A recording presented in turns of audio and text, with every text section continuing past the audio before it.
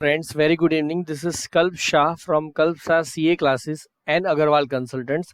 आज हम देखेंगे modern rule of accounting. Modern rule of accounting क्या है और मॉडर्न तरीके से यानी कि अमेरिकन तरीके से अकाउंट को किस किस अकाउंट में बांटा गया है।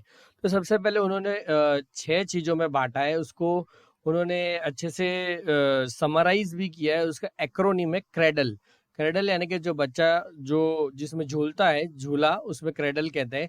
तो सी यानी कैपिटल, आर यानी रेवेन्यू, ए यानी असेट, डी यानी ड्राइंग्स, एल यानी लायबिलिटी और ई यानी एक्सपेंस। तो 6 तरीके उन्होंने बांटा है। कोई भी चीज होती है, हम दो पहले मेन बेजर तरीके उसके बांटने के मैं आपको बताना चाहूंगा। एक है असेट और लायबिलिटी, जिससे आप भविष्य में आपको कोई बेनिफिट मिलेगा, जिससे आप बेचकर या फिर जिससे आप पैसे मांग कर आपको कैश मिलेगी, उसे एसेट कहेंगे। और भविष्य में जिससे आपको पैसे चुकाने होंगे उसको लायबिलिटी कहेंगे।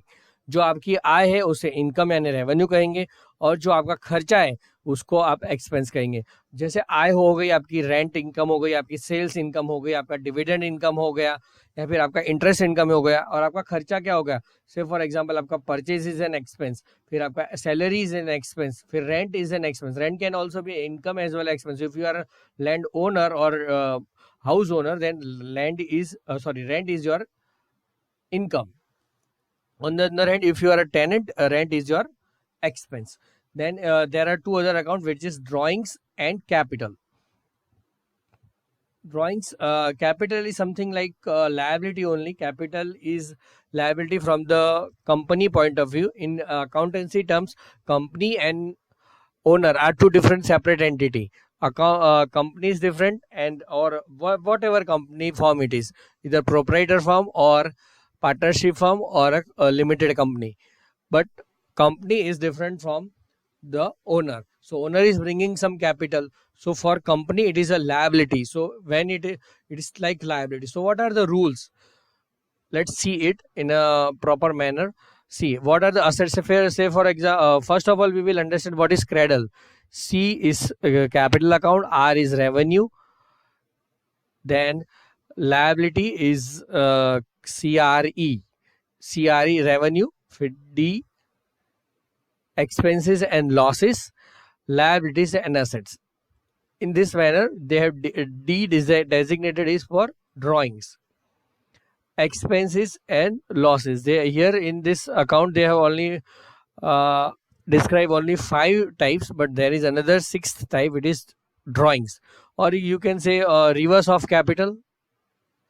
So asset, liability, asset, these are the example. Machinery is an asset, building is an asset, goodwill is an asset, furniture is an asset. There can be 2 type of asset. One is tangible, another is intangible. Tangible assets are those assets which you can see, which you can feel. On the other hand, intangible asset which you cannot see but you can feel, you can get the benefit. Say for example, copyright, goodwill, trademark, patent, formula. There's a intangible asset. Liability is something you need to pay in future. When you encash the liability or when you settle the liability, you need to pay something. There will some outflow. There will be some outflow, either cash or something in kind. That is something in non-monetary terms. The next is expense and next is revenue. Expense is whatever is expense, that means you are spending something. आपका जो खर्चा है, जैसे कि आपकी salary खर्चा हो गया, आपका परचेज खर्चा हो गया, वेजेस खर्चा हो गया, प्रिंटिंग खर्चा हो गया। रेवेन्यू आपकी इनकम है, sales income, dividend income, rent, interest, commission. इसी तरह कैपिटल होती है। कैपिटल धंधे के लिए लायबिलिटी होती है। तो जब भी कैपिटल बिजनेस के लिए बिजनेस ओनर लेके आ रहा आता है तो बिजनेस के लिए वो लायबिलिटी है। तो जब धंधा क्लोज होगा तब धंधे को वो कैपिटल वापस करनी होगी पार्टनर को या फिर ओनर को। अब उसके रूल्स क्या है, तो रूल्स हम कुछ इस तरह से समझते हैं। जब भी कैपिटल आती है तो हम क्रेडिट करते हैं, जब कैपिटल जाती है रेवेन्यू इज क्रेडिट, यानी कि हर कोई इनकम हमारी क्रेडिट होगी। जैसे सेल्स इज एन इनकम, वो हमारा क्रेडिट होगा। फिर अब डिविडेंड इज एन इनकम तो वो क्रेडिट होगा। इंटरेस्ट इज एन इनकम, वो क्रेडिट होगा। फिर रेवेन्यू डेबिट कब होता है, जब रिवर्स कब करते हैं, जब हम हमने सेल्स होता है, सेल्स रिटर्न हो जाता है तो उसे डेबिट करना पड़ता है, उसे हम नाम दे देते हैं सेल्स रिटर्न, हालांकि वो डिक्रीज होता है, आपकी रेवेन्यू कम हो गई तो हम उसे डेबिट करेंगे। इसी तरह असेट, असेट आती है तो डेबिट करेंगे, जैसे मशीनरी आई तो machinery account debited to cash account. तो असेट एक आई और एक गई, मशीनरी नाम की असेट आई और कैश नाम की असेट गई, तो जो गई उसे क्रेडिट करेंगे, जो आई उसे डेबिट करेंगे। ड्रॉइंग्स, तो ड्रॉइंग्स क्या है, जब ड्राइंग्स इंक्रीज होता है वो डेबिट होता है और जब ड्राइंग डिक्रीज होता है तो क्रेडिट होता है। ठीक है, तो ड्राइंग यानी कि जो कैपिटल पार्टनर या प्रोपरेटर लाया था उसे चुका दिया, जैसे वो पार्टनर लाया था तब हमने उसे क्रेडिट किया था, वो ले जा रहा है तो डेबिट करेंगे। ठीक है, अब लायबिलिटी, तो लायबिलिटी क्या होती है, लायबिलिटी असेट से रिवर्स होती है, लायबिलिटी का हमेशा क्रेडिट बैलेंस होता है, जैसे ही लायबिलिटी आती है तो हम इसे क्रेडिट करते हैं और जाती है तो डेबिट करते हैं। एक्सपेंस, खर्चा, हाँ सारे खर्चे डेबिट होते हैं और सारी इनकम क्रेडिट होती है, लेकिन खर्चा रिवर्स होता है तब उसे क्रेडिट करते हैं। तो ये सारे रूल है हमारे मॉडर्न अकाउंटिंग के रूल्स, उससे हम और ठीक से समझते हैं।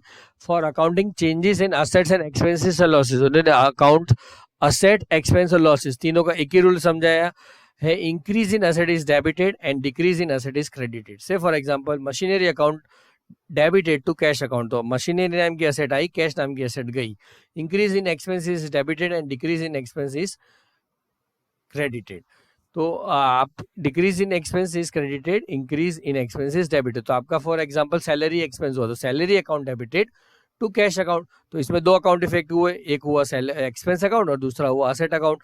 आपने सैलरी नाम का खर्चा असेट नाम कैश नाम की असेट से चुका दिया तो सैलरी टू कैश हो जाएगा। फिर होगा for recording changes in liability, जिस तरह असेट आती है तो डेबिट करते हैं लेकिन लायबिलिटी आती है तो हम क्रेडिट करते हैं। जैसे फॉर एग्जांपल आपने परचेज करा तो परचेज इज एन एक्सपेंस, तो purchase is an expense, purchase आपने डेबिट किया और आपने वो उधार परचेज किया, क्रेडिट परचेज है तो आपको लायबिलिटी क्रेडिट करनी होगी। Purchase account debited to seller account, और for example mister Mohan is the seller, तो purchase account debited to Mohan account. Liability आई, लायबिलिटी बढ़ी तो हमने जो सेलर नाम की लायबिलिटी है वो बढ़ाई, लायबिलिटी जैसे जाएगी हम चुका देंगे तो मोहन नाम की बैलेंस जो अभी क्रेडिट बोल रहा है वो सेट ऑफ हो जाएगा डेबिट करके। तो जब लायबिलिटी आती है तब क्रेडिट करते हैं और लायबिलिटी जाती है तब डेबिट करते हैं। इसी तरह कैपिटल जब आता है तब क्रेडिट करते हैं और कैपिटल जब जाता है तब डेबिट करते हैं, क्योंकि कैपिटल भी धंधा और धंधा का मालिक दो अलग अस्तित्व धराते हैं। तो धंधा जब अपने वो प्रोपराइटर से बैलेंस लेता है, क्रेडिट कैपिटल लेता है तो उसके लिए वो लायबिलिटी है, तो आती है तो क्रेडिट करते हैं, जाती है तो डेबिट करते हैं। फिर इसी तरह रेवेन्यू एंड गेन, सारी इनकम जो हमारी है जब आती है तब क्रेडिट करते हैं और जैसे इनकम रिवर्स हो जाती है तो उसे डेबिट करना पड़ता है। तो ये सारे रूल है, उसके एग्जाम्पल समझते हैं। Analysis of transaction by applying the rules of debit and credit. Modern approach. Sanjay commence business with 70,000. So two effects: cash accounts, cash comes in, and proprietor is giver of the capital. तो क्या हुआ, capital I, आई यानी धंधे के लिए liability, liability आती है तो क्रेडिट करते हैं, और cash is an asset, cash भी आई, असेट का रूल है, असेट आती है तो डेबिट करते हैं और लायबिलिटी आती है तो क्रेडिट करते हैं। तो cash account debited to capital account.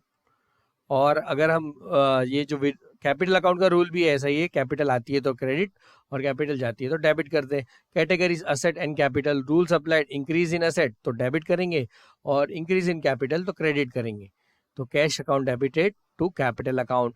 फिर rent paid in cash ₹5,000 to Amol, आपने रेंट क्या है, खर्चा है, एक रेंट अकाउंट, रेंट नाम का अकाउंट इफेक्ट हुआ जो खर्चे का अकाउंट है, एक्सपेंस अकाउंट है। और दूसरा अकाउंट हुआ कैश, कैश का अकाउंट हुआ जो असेट है। इसमें अमोल का अकाउंट अफेक्ट नहीं हुआ क्योंकि अमोल ने हमको कोई उधारी नहीं दी है, हमने उसको पैसे चुका दिए तो उसका नाम याद रखने की जरूरत नहीं है, आपको खास याद ना रखना है। जब आप डेटर और क्रेडिटर तभी क्रिएट करते हो जब आप उधार में देते हो या लेते हो। आप कुछ भी कैश खरीदते हो, कैश बेचते हो तो उसका नाम याद रखने की जरूरत नहीं है। आप जैसे फॉर एग्जाम्पल एक शॉप चला रहे हो, कोई बंदा 5 रुपए के चीज लेने के लिए आया, 5 रुपए का नमकीन लेने आया, उसने 5 रुपए दिए और आपने नमकीन दे दिया, फिर आप उसका नाम क्यों बुक्स ऑफ अकाउंट में डालेंगे, आप कैश टू सेल्स कर देंगे। लेकिन उसका नाम याद रखने की तभी जरूरत पड़ेगी जब आपको उसको भविष्य में जब आपको उससे पैसे लेने होंगे। जब उसने बोला कि मैं 2 दिन के बाद दे दूंगा 5 रुपए, तो जब आप 2 दिन के बाद लेने जाएंगे तब आपके अकाउंट में एंट्री होनी चाहिए तभी आपको याद आएगा कि मुझे इससे 5 रुपए लेने हैं। तो रेंट अकाउंट हमारा एक्सपेंस है, तो रेंट डेबिट टू कैश नाम की एसेट गई है, असेट जाती है तो क्रेडिट करते हैं, और एक्सपेंस बढ़ता है तो डेबिट करते हैं। असेट का रूल है कि असेट को जब जब आती है तब डेबिट करो, जब जब जाती है क्रेडिट करो। लायबिलिटी का रूल उल्टा है, जब जब लायबिलिटी आती क्रेडिट करो, जाती तो डेबिट करो। फिर withdraw cash from bank 10,000 for office use. फिर है paid wife's mobile bill 4200, purchase goods from Sunil 13,000, received commission 14,500। ये सारे ट्रांजैक्शन देखते हैं। Withdrew cash from bank 10,000 for office use. देखो अब बैंक में से कैश आई तो बैंक नाम की हमारी असेट थी, बैंक अकाउंट का बैलेंस होता है, वो कम हो गया तो बैंक को हम क्रेडिट करेंगे, और कैश नाम की एसेट हमारे हाथ में आ गई तो कैश को डेबिट करेंगे। तो cash account debited to bank account. Increase in asset और डिक्रीज इन एसेट, एक जगह पे इंक्रीज इन एसेट हो रही है कैश नाम की एसेट तो उसे डेबिट करेंगे, और बैंक नाम की एसेट क्रेडिट जा रही है, डिक्रीज हो रही है तो उसे क्रेडिट करेंगे। इसी तरह पेड वाइफ्स मोबाइल ₹4200, कैश जा रही है और ड्राइंग बढ़ रहा है। ड्राइंग कैपिटल का रिवर्स है, तो कैपिटल आती है तो क्रेडिट करते, लेकिन ड्राइंग्स आता है तो डेबिट करते, तो ड्राइंग्स को डेबिट करेंगे और कैश को क्रेडिट करेंगे। ड्राइंग्स अकाउंट और कैश अकाउंट दो इफेक्टेड है। कैपिटल अकाउंट इसमें इफेक्ट हुआ कैपिटल का रिवर्स, तो capital account debited to cash account, या decrease in capital account, decrease in asset account, drawings account debited to cash account. फिर परचेज गुड्स वर्थ ₹13,000 इसमें from Sunil. अब आप यहाँ पे कहीं पे लिखा नहीं है कि उसको कैश पे गई, तो उसे मान लिया जाएगा कि उससे उधारी में खरीद दिया गया है। तो परचेस हमारा खर्चा है, सारे खर्चे बढ़ते तब डेबिट करते, और सुनील से हमने उधारी में खरीदा है तो लायबिलिटी बढ़ रही है तो क्रेडिट करेंगे। तो purchase to Sunil, purchase account debited to Sunil, purchase is an expense, Sunil is a liability जिसे हमें पैसे देने हैं। फिर हो गया रिसीव्ड कमीशन ऑफ ₹4500, तो कैश आई और जो कौन सी इनकम आई, कमीशन नाम की इनकम है। सारी इनकम क्रेडिट होती है, और सारी जो असेट आती है बढ़ती है तो डेबिट करते हैं, और इनकम बढ़ती है तो क्रेडिट करते हैं। तो cash to income, that is cash to commission. इस तरह से आप मॉडर्न रूल्स ऑफ अकाउंटिंग याद कर सकते हो। थैंक यू दोस्तों।